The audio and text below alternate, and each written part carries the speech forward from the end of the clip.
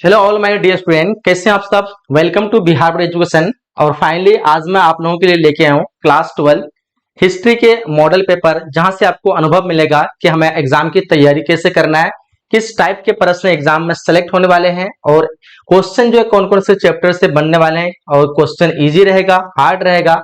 ये सारी complete information आप लोग को इस वीडियो में देने वाला हूँ, तो वीडियो को आप लोग ध्यान से और अंत दिखेगा। इस चैनल पे जो भी नए हैं चैनल को सब्सक्राइब नोटिफिकेशन बेल को ऑन कर लेंगे और वीडियो को आप लोग अपने सभी फ्रेंड के साथ शेयर जरूर करेंगे। ठीक है, मैं आपको बता दूं कि अगर आप लोग एग्जाम की तैयारी करना चाहते हैं, अच्छा मार्क्स लाना चाहते हैं, तो पहले आप लोग एक बार सिंपल पेपर या मॉडल पेपर को देख लेंगे, जिससे आपको अनुभव मिलेगा कि हमें जो है क्वेश्चन जो है किस तरह के क्वेश्चन को अधिक फोकस में रखना है, ध्यान कैसे क्वेश्चन पे देना है, ताकि वो हमें रिवीजन करना है आगे जाकर के और हमको जो उस टाइप के क्वेश्चन को सेलेक्ट करना है, ताकि एग्जाम पर्पज के लिए क्वेश्चन मेरा मतलब इजी से बन जाए वहां पे। ठीक है, तो स्टार्ट करते हैं। आज जो हम लोग कोशिश करेंगे 2024 के लिए, ये जो स्पेशल जो हम लोग वीडियो बना रहे हैं 2024 वाले स्टूडेंट के लिए और बिहार बोर्ड के लिए। ठीक है, अगर आप लोग बिहार बोर्ड के लिए तो अच्छी बात है, किसी अदर बोर्ड के स्टूडेंट है तो भी देख सकते हैं, क्योंकि यहाँ पे एनसीईआरटी बेस पे क्वेश्चन करेंगे तो ये क्वेश्चन आप लोग के लिए बहुत ही इंपॉर्टेंट होगा। ठीक है, यहाँ से आपको जो है मॉडल पेपर से सिर्फ जो आपको क्वेश्चन ही नहीं मिलेगा, यहाँ पे आपको बिहार बोर्ड के स्टूडेंट के लिए एक एग्जाम का पैटर्न का पता चल जाएगा कि किस तरह का आपका एग्जाम का पैटर्न होने वाला है। ठीक है, तो 2024 में आपको जो रहेगा ऑब्जेक्टिव की संख्या रहेगा 100। ठीक है, कितने रहेगा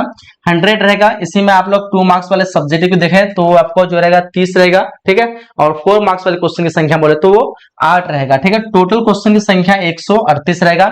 तो सबको पता है कि बिहार बोर्ड 100% ऑब्जेक्टिव पूछता है और उसमें से 50% का ही आपको आंसर देना होता है। ठीक है, तो ध्यान में रखना आप लोगों को कि हमें जो है यहाँ पे 100 ऑब्जेक्टिव करने वाले हैं, तो इसमें से आपको 50 का ही आंसर ओमआर सीट में फिल करना होता है। ठीक है, तो इस तरह आज मैं हिस्ट्री कर रहा हूँ, इसी तरह और भी सब्जेक्ट का जल्दी करूंगा, तो इस वीडियो को आप लोग लाइक करके शेयर जरूर करेंगे। ठीक है, चलिए स्टार्ट करते हैं। कुछ आप लोग को रूल्स वगैरह दी गई है, आप लोग देख सकते हैं। ये रूल्स आप लोग के लिए काफी इंपॉर्टेंट होता है, तो आप लोग एक बार पढ़ लीजिएगा। उत्तर पुस्तिका मतलब मैं जो आपको प्रश्न पत्र को रहता है वो आपको यहाँ पे बोल रहा है देने के लिए। इस तरह के लगभग 8-10 रूल रहते हैं, तो आप लोग जो है एग्जाम में आपको मिलेगा ये रूल, तो उसको आप लोग अच्छी तरह से पढ़ लेना है, या फिर आप लोग चाहे तो यहाँ भी पढ़ सकते हैं। देख लीजिए, यहाँ पे परीक्षार्थी समय अपने शब्द में उत्तर देना है। दाहिने और हाशियों पर दिए हुए अंक का पूर्णांक जो है निर्दिष्ट करते हुए, यानी कोई प्रश्न है उसके दाहिने और उसका जो अंक दिया हुआ आप लोग देख सकते हैं कौन से प्रश्न में कितना अंक मिलने वाला है। ठीक है, फिलहाल चलते हैं हम लोग, ये सारे इंस्ट्रक्शन को हटाते हैं, आप लोग देख लीजिएगा चाहे तो। और स्टार्ट करते हैं हम लोग फर्स्ट क्वेश्चन से। हमारा फर्स्ट क्वेश्चन क्या कह रहा है देखिएगा ध्यान से। तो फर्स्ट क्वेश्चन जो हमारा कह रहा है वो कह रहा है कि चार्ल्स मैसन ने 1826 में सर्वप्रथम किस टीले का उल्लेखन किया था। काफी लाजवाब क्वेश्चन है, और जो भी इंग्लिश मीडियम के स्टूडेंट तो भी देख सकते हैं, क्योंकि हिंदी और इंग्लिश दोनों लैंग्वेज में सिलेक्टेड है। तो आप लोग के लिए जो इंग्लिश वाले के लिए डिमांड जो था कि इंग्लिश में भी कराएं, तो दोनों लैंग्वेज में कर रहा हूँ। ठीक है, जो भी आपको पूछ रखा है, जो चार्ल्स मैसन ने 1826 में जो सर्वप्रथम जो किया था वो नाम था हड़प्पा। ठीक है, हड़प्पा टीले का सर्वप्रथम उल्लेखन जो किया था चार्ल्स मैसन ने किया था। और हड़प्पा जो है जगह से ही इस सभ्यता का नाम भी पड़ा हड़प्पा सभ्यता, और इस हड़प्पा की खोज जो हुई थी वो हुई थी 1921 में। ठीक है, और किसने की थी हड़प्पा की खोज, तो बोलेंगे दयाराम साहनी। ठीक है, किसने किया था, दयाराम साहनी। ठीक है, चलो जी, दयाराम साहनी ने खोज की थी हड़प्पा की 1921 में, और इसी सबसे पहला हड़प्पा सभ्यता में खोजा गया शहर जो हड़प्पा था, और इसी वजह से इसका नाम भी हड़प्पा सभ्यता पड़ा। और इस टीले का उल्लेखन जो किया था तो वो किया था 1826 में। किसने किया था, तो वो किया था चार्ल्स मैसन ने सबसे पहले। लेकिन उस टाइम पे हड़प्पा नाम से कोई जगह की स्थापना नहीं हुई, लेकिन पूरी तरह जो अस्तित्व में 1921 में दयाराम साहनी के द्वारा खोजा गया। ठीक है, और इसी में एक जो मोहनजोदड़ो है 1922 में इसी की स्थापना हुई थी हड़प्पा के बाद, और इसकी जो स्थापना किया था किसने किया था, तो राखल दास बनर्जी। सबको पता होना चाहिए। ये दो क्वेश्चन जो है काफी अक्सर एग्जाम में पूछे जाते हैं। ठीक है, ध्यान में रखना है, बाकी इंग्लिश में भी दिया होगा, आप लोग इंग्लिश में देख सकते हैं। नेक्स्ट क्वेश्चन कर रहा है हम लोग को, हड़प्पा सभ्यता में प्राप्त अवतल चक्की पर किस पुराविद ने प्रकाश डाला। ऑप्शन आपके स्क्रीन पे है। इस क्वेश्चन का करेक्ट आंसर की बात करेंगे तो क्या आंसर होना चाहिए यहाँ पे, आपका अर्नेस्ट मैके, ऑप्शन नंबर बी करेक्ट हो जाएगा। ठीक है, ऑप्शन नंबर बी, हड़प्पा सभ्यता में प्राप्त अवतल चक्की पर किस पुराविद ने प्रकाश डाला, वो था आपका अर्नेस्ट मैके। ठीक, आगे बढ़ते हैं नेक्स्ट क्वेश्चन की तरफ। अगला क्वेश्चन पूछ रखा हम लोग को, राय बहादुर दयाराम साहनी ने जो है कहाँ उत्खनन करवाया था। देखिए यहाँ पे क्वेश्चन आपको पूछ रखा है, और मैंने जैसे आप लोग पहले बता दिया हड़प्पा में करवाया था 1921 में। आपका ऑप्शन नंबर यहाँ पे बी जो है करेक्ट आंसर हो जाएगी। ठीक है, आगे बढ़ते हैं अगले क्वेश्चन की तरफ। नेक्स्ट करा हम लोग को, सिंधु सभ्यता में गोदीबारा जो है कहाँ से मिला है। सिंधु सभ्यता में गोदीबारा जो जगह है ये कहां से मिला है, कालीबंगान में मिला है, या फिर रोपर में मिला है, बनवाली में मिला है, लोथल में मिला है, बताइए। तो गोदीबारा जो है कहां से मिला है, देखिए ध्यान से, ये मिला आपका रोपर, बनवाली, लोथल, बताइए यहाँ पे। तो 4 नंबर क्वेश्चन का आपका जो आंसर हो जाना चाहिए लोथल, ऑप्शन नंबर डी, ठीक है। क्या होगा, option number D should be the correct answer, ठीक है। चलिए आगे बढ़ते हैं हम लोग। एंड नेक्स्ट क्वेश्चन पूछ रखा हूं, क्वेश्चन नंबर 5, लोथल कहाँ पे स्थित है, काफी लाजवाब क्वेश्चन है। लोथल जो आपका हो जाएगा वो गुजरात में है, कहां पे है, गुजरात में है, option number D should be the correct answer, ठीक है। सारा क्वेश्चन को आप लोग नोट करते जाएंगे, इसको अच्छे से समझते जाएंगे, किस तरह क्वेश्चन जो आप लोग के लिए एग्जाम के लिए बनने वाले हैं, इससे आपको हेल्प मिलेगा कि कैसे प्रश्न आप लोग को याद रखना है, ठीक है। देखो हड़प्पा सभ्यता में सिंधु नदी किनारे जो कौन सा स्थित था, तो सिंधु नदी किनारे जो स्थित था वो था आपका मोहनजोदड़ो, ठीक है। मोहनजोदड़ो जो कि आपका सिंधु नदी किनारे था, और रावी जो नदी के किनारे था वो था आपका हड़प्पा, ठीक है। अब देखो यहाँ पे अक्सर स्टूडेंट जो कंफ्यूज होते हैं कि कभी कभी पूछता है हड़प्पा सभ्यता, ठीक है, क्या पूछता है, हड़प्पा सभ्यता जो है वो कौन से नदी के किनारे जो है स्थित था, ठीक है। अब देखो यहाँ पे जो स्टूडेंट जो बोलते हैं, क्या बोलते हैं, रावी नदी, जो कि करेक्ट नहीं है, ये क्या है, गलत है। आपको पूछा जाए हड़प्पा सभ्यता, तो इसका जो आंसर हो जाना चाहिए वो हो जाना चाहिए आपका सिंधु नदी, ठीक है। कौन सा नदी जाएगा, सिंधु नदी। ध्यान रहे, इसमें अगर आपको ये सभ्यता निकाल दे, सिर्फ पूछे कि हड़प्पा किस नदी किनारे स्थित है, तो फिर आपका जो रावी नदी जो है बिल्कुल करेक्ट होगा, क्योंकि इनमें जो अंतर ये है कि हड़प्पा जो है वो एक जगह का नाम है, ठीक, पार्टिकुलर एक जगह शहर है उसका नाम है, और हड़प्पा सभ्यता जो ये पूरे जितने भी कालीबंगा, लोथल जितने भी आते हैं, ये सभी जो हड़प्पा सभ्यता के अंतर्गत आते हैं। तो इसलिए जो हड़प्पा सभ्यता आपके सिंधु नदी किनारे हो जाएगा, और जो हड़प्पा एक जगह का नाम है, जिसके कारण इसका नाम हड़प्पा सभ्यता पड़ा, क्योंकि सबसे पहले खोजा गया शहर जो हड़प्पा ही था, इसी वजह से इसका नाम हड़प्पा सभ्यता रख दिया। तो वो हड़प्पा जो वो रावी नदी किनारे। आई होप कि ये डाउट जो है बहुत से स्टूडेंट का क्लियर हुआ होगा। चलिए आगे बढ़ते हैं नेक्स्ट क्वेश्चन की तरफ, और अगला क्वेश्चन पूछ रखा हम लोग को कि भारतीय पुरातत्व का पिता जो है किसे कहा जाता है, काफी लाजवाब क्वेश्चन है। देखिए यहाँ पे वो is called the father of Indian archaeology, ठीक है। आप यहाँ पे 4 ऑप्शन आपके स्क्रीन पे दिया होगा, अब देखो यहाँ पे क्या आंसर होना चाहिए। तो 7 नंबर क्वेश्चन का जो should be the correct answer, option number 1 Cunningham हो जाएगा, क्या होगा, ऑप्शन नंबर 1 कनिंगम जो करेक्ट आंसर हो जाएगी, ठीक है। चलिए आगे देखते हैं। कर हम लोग को हड़प्पा सभ्यता के काल में रावी नदी किनारे स्थित कौन सा स्थित था, देखो यहाँ पे पूछ रखा है हड़प्पा सभ्यता किनारे, हड़प्पा सभ्यता के काल में रावी नदी के किनारे स्थित जो था वो हड़प्पा था, ठीक है। क्या हो जाएगा, रावी नदी के किनारे हड़प्पा, आप लोग को मैंने बता दिया अभी। और हड़प्पा सभ्यता जो था वो सिंधु नदी के किनारे स्थित था, लेकिन हड़प्पा को किसके था, रावी के किनारे। चलिए आगे कर हम लोग को सिंधु घाटी सभ्यता में विशाल जो है अन्नानगर के अवशेष कहां से मिले थे, काफी लाजवाब क्वेश्चन है। विशाल अन्नानगर या फिर असनानगर, ये 2 क्वेश्चन पूछ सकता है। तो आपको सीधा टिक मारना है, आपको मोहनजोदड़ो में, किसमें मारना है, Mohenjodaro, option number B should be the correct answer हो जाना चाहिए, ठीक है। Where the remains of great bath found in Indus valley, तो answer should be the Mohenjodaro. Next question कह रहे हैं हम लोगों को कि कलकत्ता में जो है वो एशियाटिक सोसाइटी ऑफ बंगाल की स्थापना कब हुई थी, काफी लाजवाब क्वेश्चन है, ध्यान दीजिएगा यहाँ पे। क्वेश्चन नंबर 10 का जो करेक्ट आंसर की बात करेंगे तो ये 1700 यहाँ पे जो है 84 should be the correct answer जाना चाहिए। यहाँ पे कलकत्ता में जो एशियाटिक सोसाइटी की स्थापना जो हुई थी 1784, ऑप्शन नंबर 1 करेक्ट मानेंगे, ठीक है। चलिए आगे बढ़ते हैं। नेक्स्ट क्वेश्चन पूछ रहे हम लोग को फूट डालकर विजय प्राप्त करने का कार्य सर्वप्रथम जो है किसने किया था, फूट डालकर विजय प्राप्त करने का जो अजात शत्रु आपका हो जाएगा, ऑप्शन नंबर यहाँ पे 1 करेक्ट हो जाएगा, अजात शत्रु, ठीक है। चलिए आगे देखते हैं। नेक्स्ट क्वेश्चन पूछ रखा हम लोगों को, सर्वप्रथम हुनों का परास्त करने का श्रेय जो है किस शासक को करने का श्रेय किस शासक को जाता है। देखिए यहाँ पे क्वेश्चन नंबर 12 का जो आंसर हो जाएगा आपका ऑप्शन नंबर बी, स्कंद गुप्त को जो आता है, किसको आता है, स्कंद गुप्त, ऑप्शन नंबर बी, ठीक है। नेक्स्ट क्वेश्चन 13 का, किस शिलालेख से अशोक द्वारा कलिंग कलिंग का जो पता विजय की पता चलता है वो 13वें शिलालेख से, कौन से शिलालेख से, 13वें शिलालेख से। और कहा जाता है कि 13वें शिलालेख में कलिंग का जो युद्ध का जो वर्णन किया गया उस टाइम पे जो है बहुत ही रक्तपात हुए थे, बहुत से जो है लोग जो है उसमें मारे गए थे, जिसमें अकबर क्या कहते हैं अशोक ने देख करके उसको जो है दिल में जो एक तरह का दया आया, और उस टाइम पे वो अपना धर्म को परिवर्तन किया था। और अकबर का जो सॉरी अकबर बोल रहे हैं, अशोक का जो पहला जो धर्म था वो था आपका जैन, ठीक है, क्या था, जैन। फिर ये 13वें जो शिलालेख मतलब जो 13वें जो इसमें दे रहा है आपका शिलालेख में अशोक जो कलिंग विजय का पता चलता है, उस कलिंग विजय के बाद जो है इन्होंने अपना धर्म परिवर्तन कर दिया था, किसमें, तो बौद्ध में, ठीक, बौद्ध धर्म में। तो याद रखिएगा पूछा जाएगा कि अशोक किस धर्म को अपनाया, तो बौद्ध धर्म में इसकी चर्चा जो 13वें शिलालेख में जो है कलिंग विजय के बाद जो मतलब किया था ये। चलिए 14 क्वेश्चन का नाम लोगों के कैटिल्य द्वारा लिखित ग्रंथ का नाम पूछ रखा है।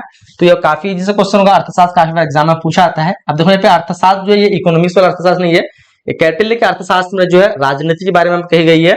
ठीक है, तो अर्थशास्त्र की जो है मतलब रचना जो है कैटिल्य ने की या कैटिल्य द्वारा लिखा ग्रंथ जो अर्थशास्त्र है। चलिए आगे बढ़ते हैं। नेक्स्ट क्वेश्चन पूछ रखा हम लोगों को कि निम्नलिखित में से मेगास्थनीज द्वारा लिखित पुस्तक, अब देखो कैटिल्य की जो अर्थशास्त्र और मेगास्थनीज की जो इंडिका है, ये दोनों पुस्तक से हमें जो है मौर्य वंश की जानकारी मिलती है। कभी पूछा जाता है आपको एग्जाम में कि कैटिल्य के अर्थशास्त्र और मेगास्थनीज की इंडिका से हमें किस वंश की जानकारी मिलती है, तो मौर्य वंश। तो यहाँ पे पूछ रखा मेगास्थनीज, तो इंडिका आंसर बी करेक्ट हो जाएगा। ठीक है, इंडिया के लेखक मेगास्थनीज है। चलिए आगे बढ़ते हैं। आगे क्वेश्चन पूछ रहा है अभिज्ञान शाकुंतलम के लेखक कौन है, तो इसके लेखक जो है कालिदास है। आपका ऑप्शन नंबर ए हो जाएगा। ठीक है, क्वेश्चन नंबर 16 में क्या होगा, ऑप्शन नंबर ए। आगे बढ़ते हैं। प्रयाग परिस्थिति का संबंध जो किस शासक से था, प्रयाग परिस्थिति जो है ये एक तरह का स्तंभ है। ठीक है, और इसका जो शासक हुआ था समुद्रगुप्त। ठीक है, ऑप्शन नंबर बी क्या है, ये प्रयाग परिस्थिति जो है एक बहुत बड़ा इस स्तंभ है। ठीक है, ये इससे स्तंभ है और इसमें जो है बहुत सारे कुछ कुछ लिखे हुए हैं, मतलब खुद करके लिखा हुआ है।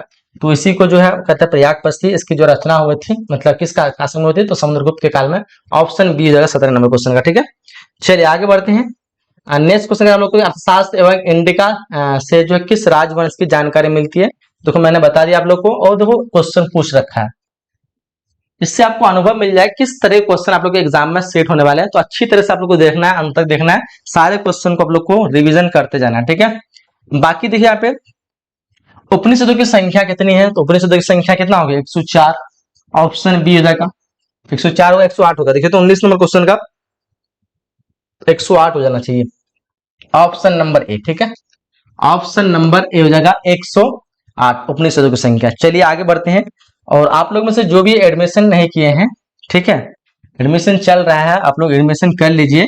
इस नंबर पे जो आपको मैं नंबर दे रहा हूँ, इस नंबर पे आप लोग कॉन्टेक्ट करिएगा 82, ठीक है, 10775530 इसमें कांटेक्ट करके जल्दी जल्दी जो है बैच स्टार्ट हो गया है। आप लोग नया बैच के लिए एडमिशन कर सकते हैं, जहाँ पे आपको डिजिटल बोर्ड में इसी तरह जो आपको हाई क्वालिटी कंटेंट के साथ पूरी कंप्लीट जो है तैयारी कराई जाएगी। Notes, PDF, online test, model paper, study material, books वगैरह सारा कुछ यहीं से दिया जाएगा। आपको कहीं से खरीदने की, कहीं पे एक्स्ट्रा मेहनत करने की जरूरत बिल्कुल भी नहीं पड़ने वाली है। अलग अलग टीचर के द्वारा अलग अलग सब्जेक्ट की आपको तैयारी करवाई जाएगी। ठीक है, तो दिए गए नंबर पे आप जल्दी से एडमिशन करा लीजिए, जहाँ पे कंप्लीट सबको जो है बिहार बोर्ड की तैयारी कराई जाएगी। किसकी, बिहार बोर्ड की तैयारी जो है कंप्लीट कराई जाएगी, समझे,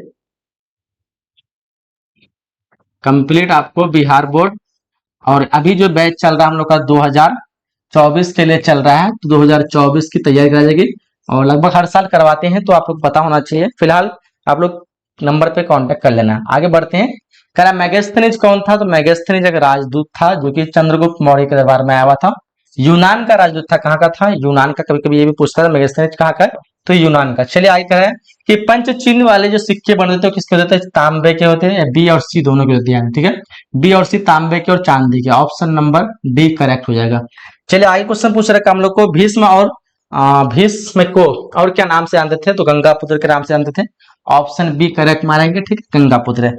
चलिए आगे देखिए क्वेश्चन करा कि अभिमन्यु जो किसका पुत्र था, तो अभिमन्यु जो था वो पुत्र था आपका अर्जुन, सहदेव, भीम, नकुल। बताइए 24 नंबर क्वेश्चन का क्या आंसर होगा, तो आंसर हो जाना चाहिए आपका ऑप्शन नंबर बी हो जाना चाहिए, अर्जुन का। ठीक है, option number B should be the correct answer. चलिए आगे बढ़ते हैं। नेक्स्ट क्वेश्चन का हम लोग को कि द्रौपदी को स्वयंवर में जो है किसने जीता था।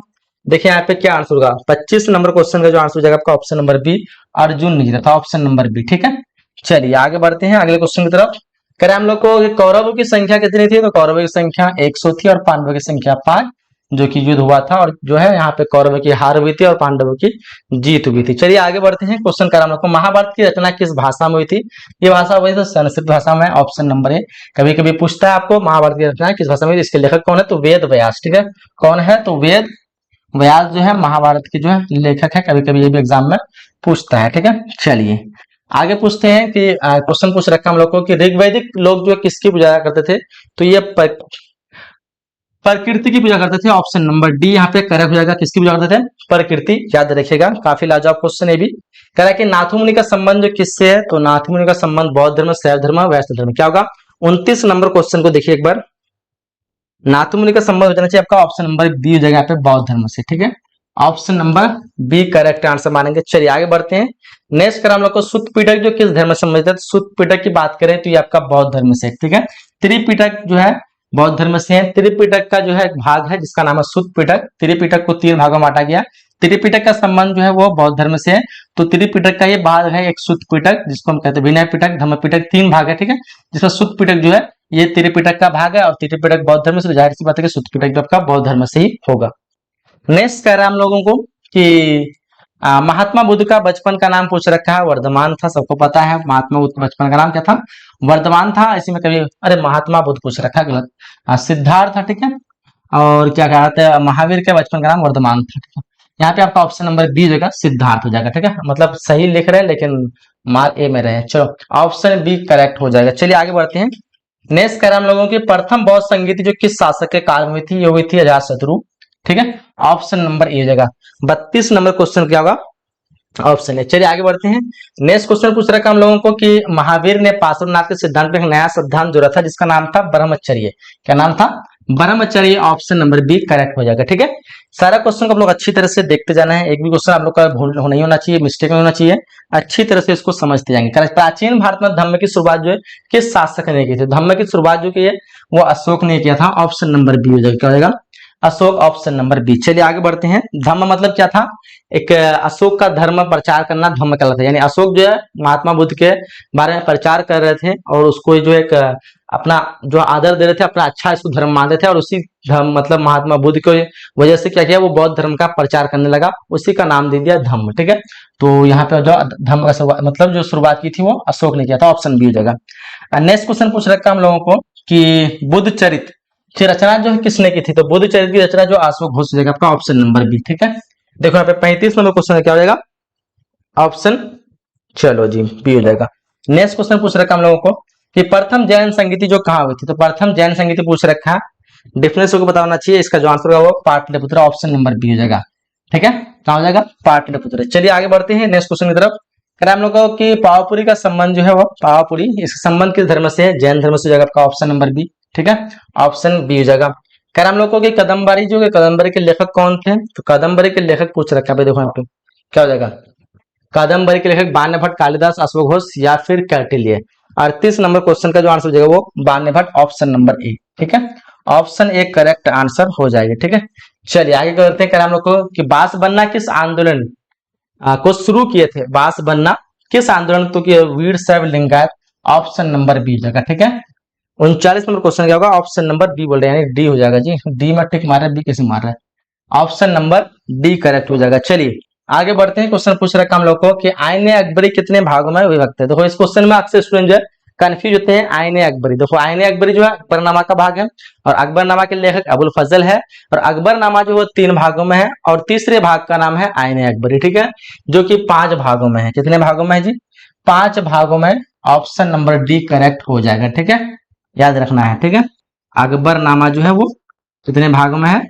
तो अकबरनामा आपका जो है वो 5 भागों में है, सॉरी 3 भागों में। ठीक है, इसमें से जो है एक आईने अकबरी है और ये जो है आपका 5 भागों में। ठीक है, तो अब अकबरनामा का लेखक अबुल फजल हुआ तो आईने अकबरी का लेखक कौन होगा? तो अकबरनामा का ये पार्ट है तो जरूर जाहिर सी बात है कि इसका भी लेखक अबुल फजल होगा। तो कभी पूछता है अकबरनामा का लेखक कौन है? तो अबुल फजल। आईने अकबरी का लेखक कौन है? तो भी अबुल फजल, क्योंकि अकबरनामा का ही तीसरा पार्ट का नाम है आईने अकबरी। ये जो है 5 भागों में। ऑप्शन डी करेक्ट हो जाएगा। चलिए आगे बढ़ते हैं। नेक्स्ट क्वेश्चन पूछ रखा हम लोग को आईने अकबरी के अनुसार भूमि को कितने भागों में बांटा गया? अब यहाँ पे कंफ्यूज होते हैं, यहाँ पे कोई 5 मार देते हैं, यहाँ पे 4 हो जाएगा। ठीक है, आईने अकबरी के अनुसार भूमि को 4 भागों में बांटा गया था। ठीक है, चलिए आगे देखते हैं। नेक्स्ट कर हम लोग को कि टोडरमल जो अकबर के दरबार में क्या आया था? टोडरमल अकबर के दरबार में क्या था? ये था आपका सेनापति, वित्त मंत्री या फिर अंगरक्षक या इनमें से कोई नहीं। तो जो ये था आपका वित्त मंत्री तो नहीं था, ये पूछ रहा टोडरमल, ये आपका था हाँ वित्त मंत्री ही था जी। वित्त मंत्री जिसको हम कहते हैं टैक्स मैनेजर। ठीक है, ऑप्शन नंबर बी होगा। 42 से क्या होगा? ऑप्शन नंबर बी हो जाएगा। ठीक है, चलिए फाइनेंस मिनिस्टर या फिर टैक्स जो मतलब वसूल करता है, पैसे उसे का लेन देन जो करता है। चलिए कह रहा है कि आईने अकबरी में किसके शासन का वर्णन है, तो जाहिर सी बात है अकबर का हो जाएगा, ऑप्शन नंबर बी हो जाएगा। ठीक है, चलिए आगे बढ़ते हैं नेक्स्ट क्वेश्चन की तरफ। कह रहा हम लोग को कुतुब मीनार जो है वो कहाँ स्थित है, तो कुतुब मीनार कहाँ पे, आगरा में, दिल्ली में, कलकत्ता में, कहाँ पे होगा। 44वां क्वेश्चन देखिए यहाँ पे, इस क्वेश्चन का जो आंसर बचना चाहिए आपका ऑप्शन नंबर सी जगह है, दिल्ली में है। कहाँ पे है, दिल्ली में है। चलिए आगे बढ़ते हैं। नेक्स्ट कह रहा हम लोगों को कि हुमायूं का अंग्रेजी अनुवाद किसने किया था, तो हेनरी बेवेज था, लेकिन यहाँ पे एस बेवरेज दिया हुआ है, तो एक बार देख लीजिए आप लोग क्या हो जा रहा है, ए एस बेवरेज। चलो ऑप्शन नंबर एक करेक्ट मार देंगे। आगे बढ़ते हैं। नेक्स्ट कर हम लोग को कि मुगल दरबार में अभिवादन का जो तरीका इनमें से कौन सा था, इनमें से सभी था आपका। ठीक है, ऑप्शन नंबर यहाँ पे क्या होगा, डी हो जाएगा, इनमें से सभी। ठीक है, चलिए आगे बढ़ते हैं।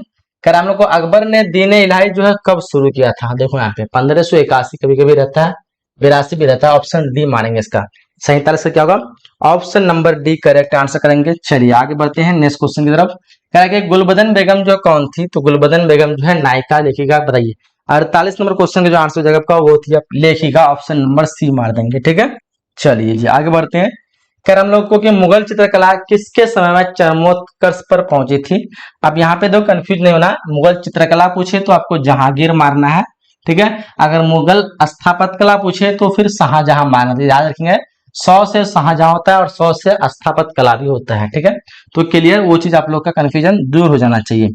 चलिए आगे बढ़ते हैं। कर हम लोग को कि तुजुक ए जहांगीर जो है किसने लिखी थी, तुजुक ए जहांगीर जो है किसने लिखी थी। 50 नंबर क्वेश्चन देखिए, इस क्वेश्चन का जो आंसर हो जाएगा वो जगह आपका ऑप्शन नंबर सी जहांगीर जाएगा, क्या होगा option number C correct answer हो जाएगा। ठीक है, तो मैंने जो 50 क्वेश्चन जो कंप्लीट कर चुका हूं और टाइम भी काफी जो हो चुका है, मेरे ख्याल से जो अगर 100 क्वेश्चन करेंगे तो काफी टाइम हो जाएगा। तो क्या बताते हैं आप लोग, ये 50 तक एंड कर दें या फिर हम लोग इसको नेक्स्ट पार्ट में डिवाइड कर दें।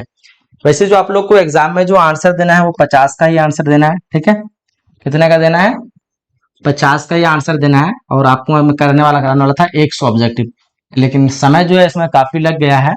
और मैं कोशिश करता हूँ कि इस वीडियो को आप लोग अधिक से अधिक लाइक करेंगे, शेयर करेंगे। ठीक है, तो मैं आगे के जो 50 क्वेश्चन जो नेक्स्ट पार्ट में डिवाइड करके आप लोग के लिए लेके जाऊंगा। फिलहाल ये चीज आपके लिए दे रहा है 50 क्वेश्चन, इसी तरह और भी सब्जेक्ट का मैं मॉडल पेपर आप लोग को दे दूंगा। तो इस वीडियो को आप लोग अधिक से अधिक शेयर कीजिए, चैनल को सब्सक्राइब कीजिए, जो भी कोर्स में ज्वाइन नहीं हुए हैं कोर्स के लिए ज्वाइन कीजिए, कॉल कीजिए। फिलहाल यहीं तक हम लोग वीडियो को एंड करते हैं। ठीक है, मिलते हैं अगली क्लास में, अगले वीडियो में। जब तक के लिए जय हिंद, जय Bharat and thanks for watching.